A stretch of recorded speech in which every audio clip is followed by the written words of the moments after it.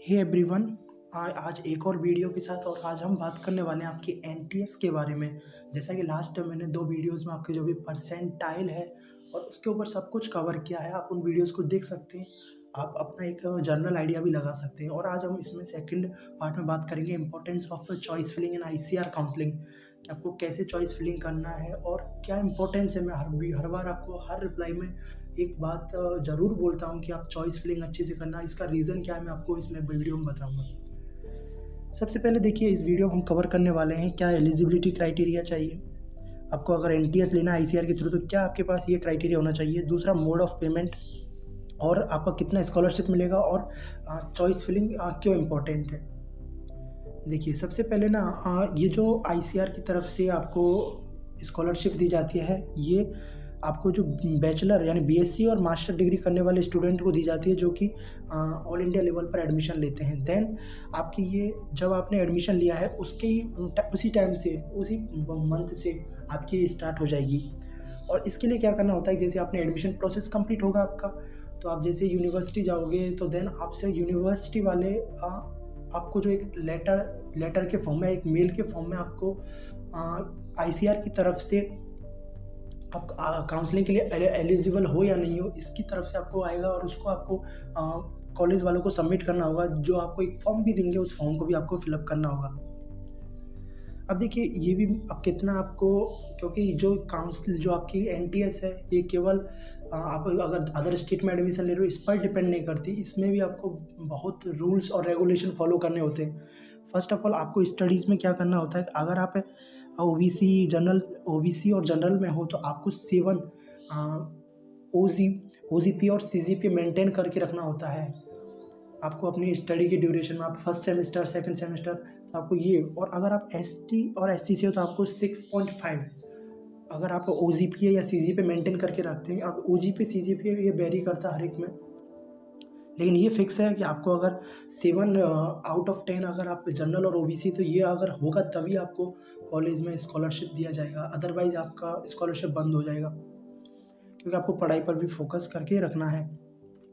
अब देन ना, जो यूनिवर्सिटी है आपको direct benefit transfer to student bank, where bank आपको क्या करेगी कि लाइक आप अगर यूनिवर्सिटी एक बैंक से अलाइन है, अगर बैंक है यूनिवर्सिटी के अंदर, तो आपको उसमें अकाउंट ओपन करवाएगी। देन आपको उस यूनिवर्सिटी और उस बैंक के डॉक्यूमेंट, जो भी आपका अकाउंट ओपन हुआ है, उसको आपको कॉलेज में जमा कराना होगा। उसके बाद में क्या, जो भी आपने अकाउंट होल्डर है स्कॉलरशिप के लिए, उसको अपने आधार कार्ड से लिंक कराना ज़रूरी है। अपने आधार कार्ड से ज़रूर लिंक कराना।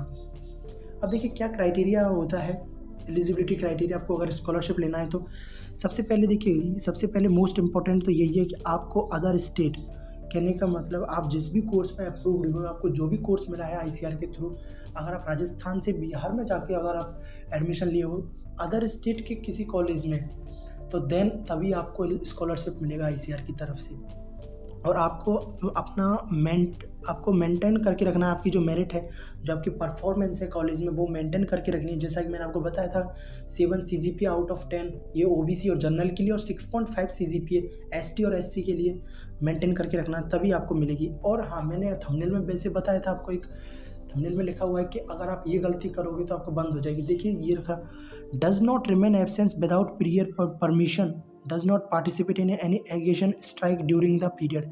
कहने का मतलब ये है कि अगर आप क्लास बंक कर रहे हो बार बार कॉलेज में, तो आपको पहले परमिशन लेना ज़रूरी है। आपको कोई रीज़न से आपको बंक करना पड़ेगा, अदरवाइज आपका स्कॉलरशिप, अगर आप ज़्यादा बंक करोगे तो आपका स्कॉलरशिप बंद कर दिया जाएगा। अगर माना कि इंटर कॉलेजेस के बीच में कोई लड़ाई झगड़ा हो जाता है, अगर आप उसमें पार्टिसिपेट हो उस लड़ाई झगड़े में, तब भी आपकी स्कॉलरशिप बंद कर दी जाएगी। और आप समझ सकते हैं स्कॉलरशिप बंद होने पर आपको कितना घाटा होगा एक ही बार में, क्योंकि अब आगे बताऊंगा कितना अमाउंट है स्कॉलरशिप का, जिससे आप आइडिया लगा सकते हैं अच्छे से। और आपको होल टाइम स्टडी, क्योंकि आपको होल टाइम स्टडी पे फोकस करना है, इसलिए आपको ये दिया जाता है स्कॉलरशिप, कि आप कोई पार्ट टाइम जॉब ना करें, अपना खर्चा चला लिखा, अपना जो भी खर्चा होता है उसको करने के लिए, खर्चा को मैनेज करने के लिए।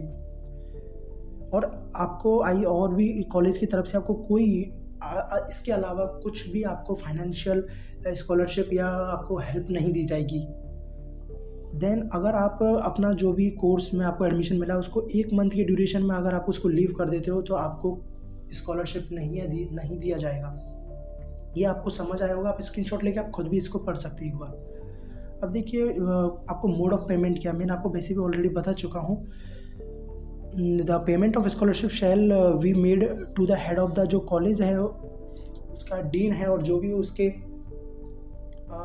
जो कर्मचारी हैं वो आपको बताएंगे। आपका जैसे तुरंत आपका पहले तो क्या करते हैं कि आपके डॉक्यूमेंट को वेरीफाई करेंगे, उसके बाद में आपको एक बैंक से आपका जो भी स्कॉलरशिप मिलेगा उसको बैंक से अटैच करेंगे। देन आपको जैसे बैंक अगर कंफर्म होने पर देन आपको स्कॉलरशिप दिया जाएगा। इसके बाद में बात करते हैं द स्कॉलरशिप सेल कॉमर्स। जब आपकी स्कॉलरशिप है आपकी, जब आप जिस मंथ में आप ज्वाइन करते हो उससे और जिस मंथ में आप डिग्री को कंप्लीट करते हो उस डिग्री तक आपकी स्कॉलरशिप आपको दिया जाएगा। और आपको ये क्या टोटल अगर आपको कुछ कॉलेजेस में तो क्या होता है कि आपको स्कॉलरशिप 1 सेमेस्टर के बाद में दी जाती है और किसी कॉलेजेस और यूनिवर्सिटीज़ में आपको 1 ईयर की ड्यूरेशन मतलब कि 2 सेमेस्टर कंप्लीट होने के बाद में आपको स्कॉलरशिप दिया जाएगा। अब देखिए कितना आपका स्कॉलरशिप मिलता है। ये देखिए 3000 आपको मिलेगा बैचलर, जो अभी आप यूजी करने वाले स्टूडेंट हैं उनको 3000 रुपये पर मंथ दिया जाएगा। और आपको सेमेस्टर सिस्टम बेसिकली आईसीआर के अंदर जितने भी कोर्सेज आते हैं उनमें ईयर वाइज की जगह सेमेस्टर सिस्टम चलता है। सेमेस्टर सिस्टम क्या होता है कि इसमें ईयर में 2 सेमेस्टर होते हैं जिसमें 5 मंथ का एक सेमेस्टर होता है और देन 1 मंथ का बीच में आपको गैप मिलेगा, जिससे आप अगर आप अदर स्टेट के हो तो आप अपने घर आके आप मिल सकते हो और अपना लाइफ को एंजॉय कर सकते हो। देन उसके बाद में एक महीने का आपका जो गैप है वो कंप्लीट हो जाएगा, देन आपको अदर सेमेस्टर स्टार्ट हो जाएगा। तो आपको 3000 रुपये पर मंथ दिया जाएगा। पर मंथ मिलता है लेकिन आपको दिया तो एंड ऑफ द सेमेस्टर या एंड ऑफ द ईयर में दिया जाएगा। और मास्टर डिग्री अगर आप पोस्ट ग्रेजुएशन करते हो, एमएससी करते हो, देन आपको 5000 रुपये पर मंथ के हिसाब से दिया जाएगा। अब जो इम्पोर्टेंट टॉपिक जो मैं बात करने वाला था, चॉइस फिलिंग क्यों काउंसलिंग में इम्पोर्टेंट है, इसको समझते हैं। देखो चॉइस फिलिंग आप करोगे ना क्योंकि चॉइस फिलिंग कब काम आती है, जब आप काउंसलिंग कराते हो। काउंसलिंग में हर तरह का स्टूडेंट पार्टिसिपेट करता है, जिसके ज़्यादा मार्क्स हैं कम मार्क्स हैं, तो आपको ऐसा प्रेफरेंस रखना है अपना कि जैसे आपके मार्क्स के अकॉर्डिंग अगर आप प्रेफरेंस रखोगे तो जैसे आपका first round, second round, third round होगा तो किसी न किसी में आपको कॉलेज मिल जाए। तो देखो बात करते हैं अभी आगे। पहली बात तो जो ये चॉइस फिलिंग आपकी ऑनलाइन होगी, ऑनलाइन मोड में होती है।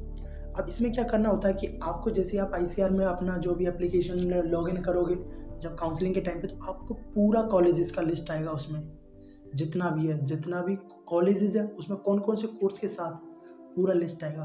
तो आपको उसके अकॉर्डिंग और अपने मार्क्स अकॉर्डिंग, आपका मार्क्स इतना आ रहा है तो मैं एग्रीकल्चर के लिए एलिजिबल हुई या हॉर्टिकल्चर के लिए, कम्युनिटी साइंस, फिर सेरिकल्चर या BTech agriculture engineering, BTech food technology, किसके लिए हो आप उसकी प्रेफरेंस के अकॉर्डिंग आप दोगे। तो अब फिर इम्पोर्टेंट क्यों हुआ, क्योंकि भाई अगर आपने फर्स्ट राउंड में जब आप काउंसलिंग कराते हो तो पहली बात तो हर राउंड में आपके अलग से कुछ आपको बोलते हैं ना कि हर राउंड के लिए आपको अलग से काउंसलिंग कराने की ज़रूरत है। ऐसा आईसीआर कि इस काउंसलिंग में नहीं होता है।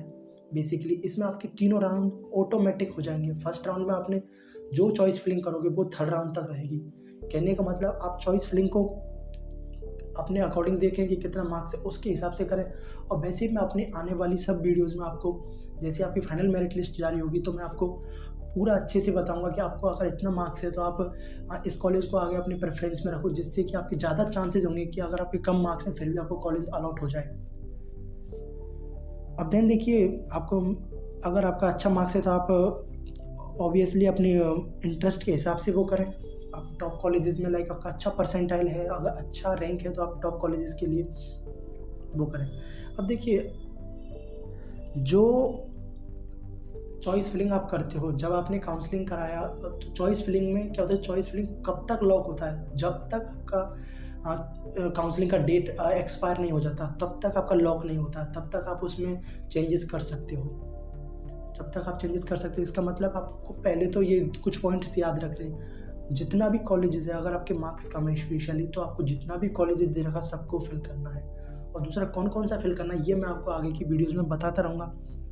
और एक इम्पॉर्टेंट पॉइंट ये था कि इसमें first round, second round, third round में कोई चेंज नहीं होता है आपकी चॉइस फिलिंग में। इसलिए तो इम्पॉर्टेंट है, अगर आपने गलती से भर दिया कि फर्स्ट राउंड में रैंडमली, क्योंकि मोस्टली जो इस एग्ज़ाम को देते हैं वो नीट स्टूडेंट भी देते हैं, तो उनको एक आइडिया ही नहीं होता कि एग्रीकल्चर यूनिवर्सिटीज़ है कौन कौन सी।